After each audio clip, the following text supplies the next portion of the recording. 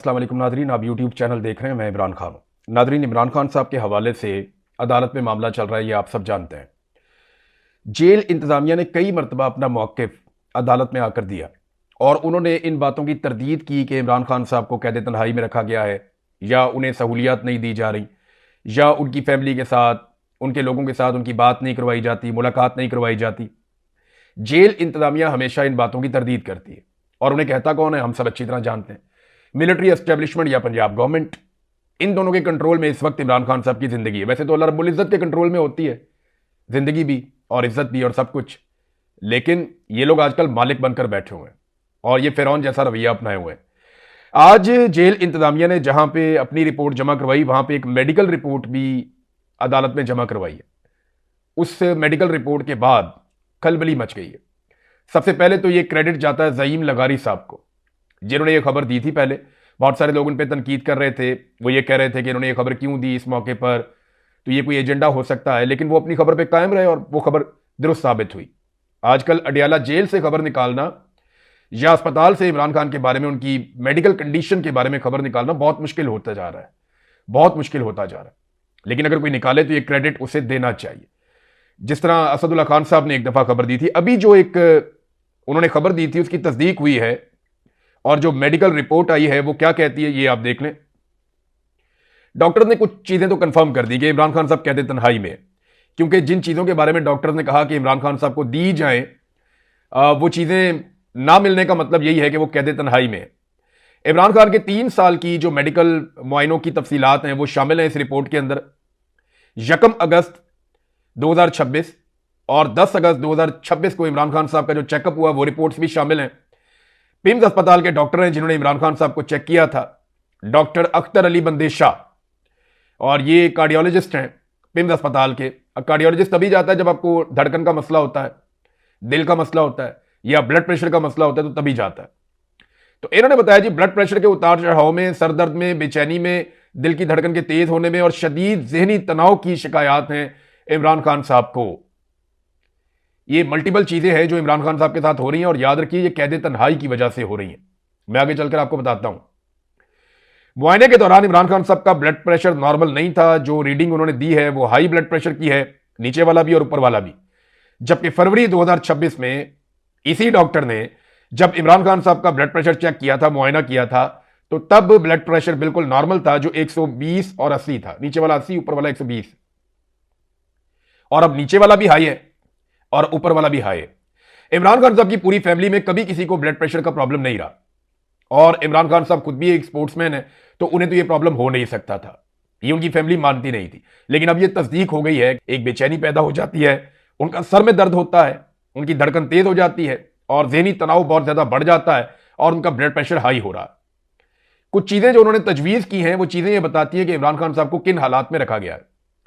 जहनी तनाव को कम करने के लिए फौरी इकदाम किए जाएं, जिनमें उनकी फैमिली और एहलिया से मुलाकातों के दौरानिया में इजाफा किया जाए, उनको मुताले के लिए मवाद फराहम किया जाए, किताबें बाकी चीजें उनको दी जाएं, और दिल का तफसीली मुआयना करने के लिए एक स्पेशल टेस्ट है, उन्होंने कहा जी ये जो टेस्ट है ये भी करवाने की इजाजत दी जाए। फिर ब्लड प्रेशर कंट्रोल करने के लिए इमरान खान साहब को एक दवाई भी दी गई है, जिसकी मिकदार 5 mg है। ये रोजाना एक मरतबा इमरान खान साहब को दवाई लेनी पड़ेगी। फिर उनकी वाइफ से, उनकी फैमिली से इमरान खान साहब की जो है मुलाकातों का दौरानिया में इजाफा किया जाए, यह भी इसमें कहा गया रिपोर्ट के अंदर। तो ये रिपोर्ट बताती है कि वो जो बात करते हैं ना बार बार, खान साहब किताबें नहीं देते, मुझे एक्सेस नहीं देते, मुझे खबरें नहीं मिलती, तो उससे एक एंग्जाइटी पैदा होती है, एक डिप्रेशन पैदा होती है। देखें, मैंने सारी जिंदगी ना एक स्पोर्ट्समैन की तरह गुजारी है। मैं हाइकिंग करता था, क्रिकेट खेलता था, बॉक्सिंग खेलता था, जिम्नास्टिक, बहुत सारी जिंदगी ऐसे ही गुजारी है। मेरी पूरी फैमिली जो है वो, हम लोग खेलों में बहुत दिलचस्पी लेते हैं। लेकिन मुझे जब कैद तन्हाई में डाला, मैं 5 महीने सिर्फ वहां पे रहा था। इमरान खान साहब को तो बहुत अरसा हो गया उन्हें कैद तन्हाई में डाला हुआ, मुझे बाहर दुनिया का कुछ पता नहीं था। तो हर 5 मिनट के बाद जो है ना आपकी हालत बिगड़ती है, 5 मिनट में संभलती है, फिर बिगड़ती है, फिर संभलती है। दिमाग आपका मशीन की तरह चलता है, आपको कुछ समझ नहीं आ रही होती कि आपके साथ हो क्या रहा है, और क्या आप इस सलूक के मुस्तहिक थे जो आपके साथ किया जा रहा है। यह तकलीफ आपको और ज्यादा अजियत देती है। यह दवाई मैं खाता हूं रोजाना, ये वाली दवाई है, ये मैं रोज खाता हूं, ये 2.5 mg है। ये मुझे डॉक्टर ने लिख के दी हुई है, पाकिस्तान में भी और यहां पे इंग्लैंड में आके भी। ये रोज मैं एक गोली खाता हूं, मैं ना खाऊं तो मेरा ब्लड प्रेशर नॉर्मल नहीं रहता। मुझे कभी सारी जिंदगी ब्लड प्रेशर का इशू नहीं था। ये कहते तन्हाई से वापस आया हूं, वहीं में मुझे ब्लड प्रेशर का इशू होना शुरू हो गया था। उन लोगों ने जब 2 दफा डॉक्टर्स को बुलवाया, मेरी हालत बहुत बिगड़ गई, तो तब पता चला कि ब्लड प्रेशर बहुत ज्यादा हाई था।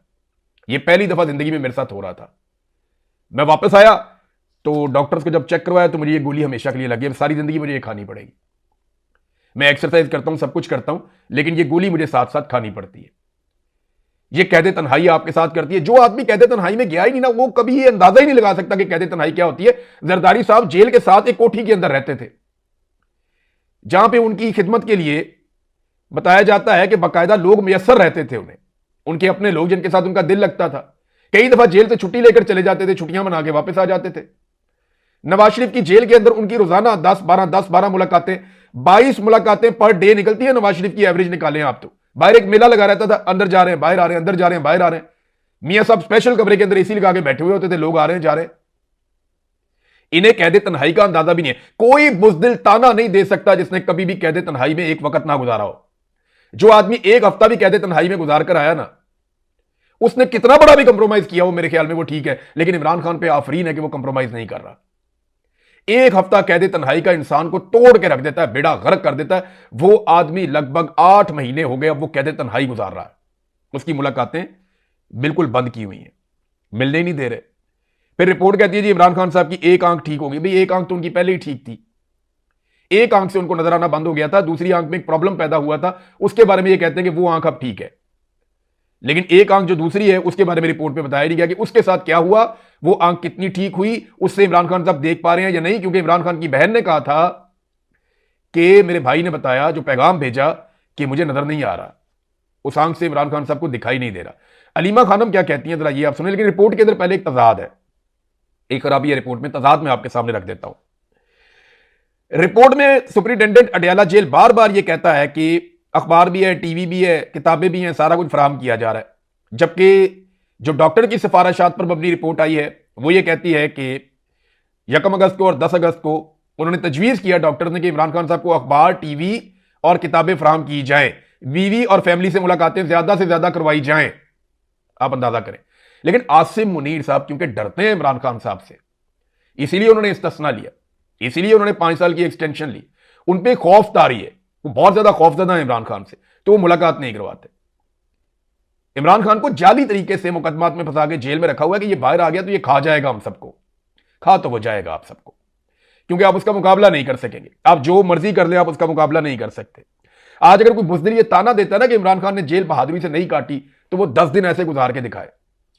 आसिम मुनीर साहब जितने इमरान खान साहब ने महीने गुजार दिए ना, इतने दिन वो कैदे तन्हाई में रह के दिखाएं, उनको लग पता जाएगा कि ये होता क्या, ये इतनी बड़ी अजियत है।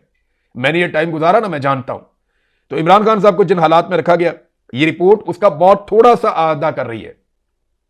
जो इंफॉर्मेशन उनकी फैमिली के पास है, जो इंफॉर्मेशन उनकी पार्टी के कुछ लोगों के पास है, या जो इंफॉर्मेशन हमारे पास है, वो इससे कहीं ज्यादा। आप अंदाजा करें, जो रिपोर्ट आई है ना, ये तो बहुत ज्यादा चेक होता है इन रिपोर्ट्स के ऊपर। ये भी नहीं बताना, ये भी नहीं बताना, ये भी नहीं बताना, ये भी नहीं करना, ये भी नहीं करना। ये तो बड़ी सेंसर्ड किस्म की रिपोर्ट होती है। तो असल हकायक इमरान खान के साथ क्या होंगे वो आप सोच भी नहीं सकते। पीपल्स पार्टी और नून लीग को जर्नैलों ने मारा था, उन्होंने मुकदमात बनाए थे, और आज वही पीपल्स पार्टी और नून लीग जर्नैलों के साथ मिलकर कौम के सबसे मकबूल लीडर को मार रही है। एस्टेब्लिशमेंट का इमरान खान से मसला क्या है? देखिए, एस्टेब्लिशमेंट का मसला यह है कि वो उनसे टूटा ही नहीं। उन्होंने कैद में डाला, वो बर्दाश्त कर गया। उन्होंने उसकी पार्टी तोड़ दी, वो बर्दाश्त कर गया।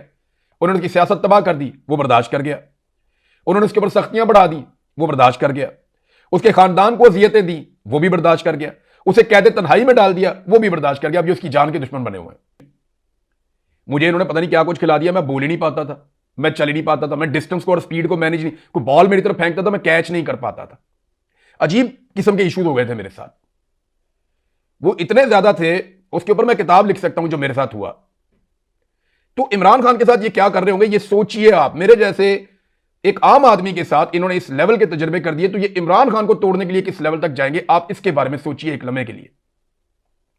उस तकलीफ का आप अंदाजा ही नहीं लगा सकते जिससे इमरान खान इस वक्त गुजर रहा है। इमरान खान ने क्या कहा था कि अगर ये मुझे कैदे तन्हाई में डाल दे, क्योंकि इमरान खान को आइडिया था कि ये मुझे कैदे तन्हाई में डालेंगे। इमरान खान ने उस वक्त क्या कहा था कि अगर कैदे तन्हाई में डालें तो आपने क्या कहना है, क्या करना है। सीनियर वकला की मौजूदगी में उन्होंने कहा था कि ये मुझे तनहा करने लगे, और मेरी मुलाकातें बंद करने लगे हैं और आप लोगों ने सूबा बंद करना है। और इसके कई सीनियर वकला गवाह हैं इस बात के। सुहेल अफरीदी वज़ीर आला नामजद हो चुके थे जब इमरान खान ने यह बात कही थी, और जब उनसे सवाल किया गया कि खान साहब ने यह बात कही, खान का पैगाम सुहेल अफरीदी को पहुंचाया गया, तो सुहेल अफरीदी साहब ने उस वक्त क्या कहा था? उन्होंने कहा था मैं सुबह बंद करूंगा अगर ये कहते तन्हाई में डालते हैं तो। अब ये रिपोर्ट सामने आ गई है, इससे पहले उनकी आंख वाली रिपोर्ट सामने आ गई तो एक इंडोर एहतजाज हमने देखा। मेरा सवाल यह है कि एक के बाद एक इमरान खान साहब के हवाले से झटके दिए जा रहे हैं, तो क्या पाकिस्तान तहरीक इंसाफ जो इमरान खान की बेनिफिशरी है और जो हुकूमत उनके वोटों पे बनी है, उसकी जिम्मेदारी नहीं बनती कि अब वो इमरान खान की बात माने? देखिए, ये इमरान खान ने कहा था कि आपको सूबा बंद करके पूरा प्रेशर बढ़ाना पड़ेगा। अब ये लोग क्या करते हैं, सुहेल अफरीदी के ऑर्डर की हैसियत क्या है जरा आप ये देख लीजिए। कल सुहेल अफरीदी ने कहा था कि आप ये नाके शाके हटा दें और ये नाके मुझे नहीं चाहिए और मेरे जाने से पहले हटा दें। तो बन्नू से मीरान शाह रोड जो था उसे खोल लिया गया था, कल वो नाके वाके हटा दिए गए थे। तो वजीर आला को वीडियो भिजवा दी गई और दोबारा से इस रोड को बंद कर दिया गया। ये वीडियो जारी की है मोहम्मद फ़हीम साहब ने, ये बड़े सीनियर जर्नलिस्ट हैं और बहुत अच्छे जर्नलिस्ट हैं। तो देखें ना, फ़हीम साहब ने ये अब खबर जारी की है, इसमें बताया जी ये रोड इन्होंने खोल दिया था अवाम के एहतजाज पर वज़ीर आला के कहने पर, लेकिन अब जब वज़ीर आला को वीडियो भेज दी गई तो उसके बाद रोड दोबारा बंद कर दिया गया। तो ये हैसियत पैदा कर, अच्छा इन लोगों को, चले इमरान खान को तो निकाला, लाकर मुसल्लत किन नमूनों को किया आप ये देखें। जो साइंसदान लाकर मुसल्लत किए उनका बेड़ा ही गर्क है, उन्होंने पाकिस्तान का भी बेड़ा गर्क कर दिया, इदारों की भी बदनामी की और पाकिस्तान की भी बदनामी कर दी। उस शहबाज शरीफ जैसा बंदा लाकर बैठा दिया सिर्फ इस चक्कर में कि हमारी हर बात मानेगा। अब उन्होंने एक नया फरमान जारी किया है कि कौमें वही आगे बढ़ती हैं जो कर्जे लेती हैं और कर्जों से मुनाफा कमाती हैं। भाई, कौमें वो आगे बढ़ती हैं जो तरक्की करती हैं, जो तरक्याती मंसूबे लगाती हैं, जो अपने लोगों को अपलिफ्ट करती हैं, अपने लोगों को तालीम और शऊर के मैदान में आगे लेकर जाती हैं। तुम लोग तो कहते हो कि शऊर से पेट नहीं भरता। जब तक कौम में शऊर नहीं होगा कौम आगे कैसे बढ़ेगी? तालीम और शऊर के साथ कौम आगे बढ़ती है। तुम कहते हो शऊर से पेट नहीं भरता, तुम कहते हो कर्जे लेकर जनाब हम कौमें आगे बढ़ती हैं। भाई, कर्जे लेकर तुमने तामीरात में लगाना था, मुल्क को आगे बढ़ाना था, अगर करना था तो फिर कर्जे उतारने थे। लेकिन कर्जे लेकर तुम लोग कभी जहाज ले लेते हो, कभी गाड़ियां ले लेते हो, कभी गैर मुल्की टूर्स पे निकल जाते हो, कभी आईपीपी जैसे घटिया मंसूबे लगा देते हो कमीशन के लिए। ये जो आईपीपीस के मंसूबे हैं ना, इस पे सजाए मौत होती है अगर कोई भी मुअज़्ज़िब मुल्क होता तो। सारी जिंदगी के लिए जेलों में डाल देते सारे सारे टब्बर को उठा के कि ये तुमने क्या किया पाकिस्तान के साथ। एक एक लिंक ढूंढ लेते वो लोग कि जनाब कहां से पैसा कहां गया, किस मुल्क में गया, कैसे गया और किसने ये पैसा खाया। लेकिन आईपीपी जैसा घनौना जुर्म करने के बावजूद लाकर इनको दोबारा मुसल्लत कर दिया गया। अब वो कौम को बता रहा है जनाब कौमें वही आगे बढ़ती हैं जो कर्जे लेती हैं। सारा आवे का आवे बिगड़ा हुआ है। जब आप उनसे एहसानात लेंगे तो फिर वो अपनी मर्जी भी आप पे मुसल्लत करेंगे। पीपल्स पार्टी को जो है वो अपनी औकात भी साथ साथ याद रखनी चाहिए। अगर तो इनकलाब लेकर आना है ना तो फिर बेनजीर भुट्टो बनकर दिखाएं, जुल्फिकार दी भुट्टो बनकर दिखाएं। लेकिन मुझे लगता है कि अब इनके बस की बात रही नहीं। बिलावल को एक जाली इनकलाबी बनाया जाएगा क्योंकि अब खबरें फैलाई जा रही हैं। वो बशर लुकमान ने भी खबर दी थोड़े दिन पहले कि बिलावल नाराज होकर जा रहा है और लंबी छुट्टी पे जा रहा है, वो सियासत से अपने आप को दूर कर रहा है। तो ये सारी कहानियां करेंगे ये कि जरदारी साहब मफामत की पॉलिसी जारी रखेंगे, एस्टेब्लिशमेंट के हाथ मजबूत करेंगे जो उन्होंने कहा, और बिलावल को इस बहाने के साथ बाहर कर दिया जाएगा जो मुझे लगता है इस बयानिए के साथ कि जनाब वो नाराज हो गया, वो तो मुजामत करना चाहता है। और फिर जब कोई अगला टास्क आएगा या इलेक्शन आएगा तो बिलावल को रीलॉन्च कर दिया जाएगा बतौर एक इनकलाबी कौम को बेवकूफ बनाने के लिए। ये टोटल औकात है इनकी। ये गुड कॉप बैड कॉप हमेशा ये शरीफ बरादर खेलते थे, अब ये जरदारियों ने भी सीख लिया है। बहरहाल भुट्टो की तो सियासत तो खत्म हो गई, अब जरदारियों की सियासत है और जरदारियों की सियासत में अभी तक तो 2 नंबरी नजर आई है। अब तक के लिए इतनी, अपना ख्याल रखिएगा, अपने चैनल का भी